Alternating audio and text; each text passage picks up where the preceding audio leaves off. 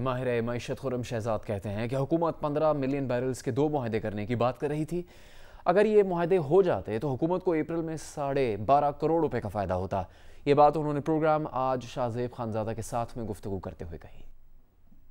Options normally लेना कोई issue नहीं है। आप किसी भी बाहर जो है अगर आप ट्रेड करना चाहते हैं, आप एक बैंक अकाउंट खोलते हैं वहाँ पे, या उनका एक ब्रोकरेज अकाउंट खोलते हैं और वहाँ पे डिपॉजिट जमा पाते हैं, और आप मोबाइल फ़ोन पे भी जो है वो ऑप्शन जो है वो बाय कर सकते हैं। कोई बड़ी बात नहीं, बट ऑफ कोर्स ये थोड़ा एक लार्ज अमाउंट इन्वॉल्व होता है। इसलिए तो थोड़ा सा मैं बैकग्राउंड बताता हूँ कि गवर्नमेंट ने 15 मिलियन बैरल्स का जो है एक साल का एक कॉन्ट्रैक्ट जो है फाइनलाइज करने की बात कर रहे थे, और एक 2 साल का कॉन्ट्रैक्ट था, वो भी 15 मिलियन बैरल्स का था। अच्छा, ये 15 से 20% हमारी जो है टोटल यूजेज का बनता है, कंजम्पशन का बनता है, तो 15 से 20% गवर्नमेंट ये प्लान कर रही थी।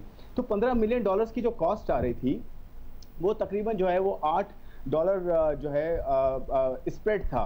यानी कि अगर ब्रेंट उस वक्त $18 था अप्रैल में, तो उस पर स्प्रेड $8 जो है वो आ रहा था ऑप्शन का, और उसकी कॉस्ट पर बैरल जो आ रही थी $2.4 आ रही थी। अगर हम ये कहें कि ये अपॉर्चुनिटी थोड़ी मिस हुई है तो उसका कितना हमें फ़ायदा हो सकता था।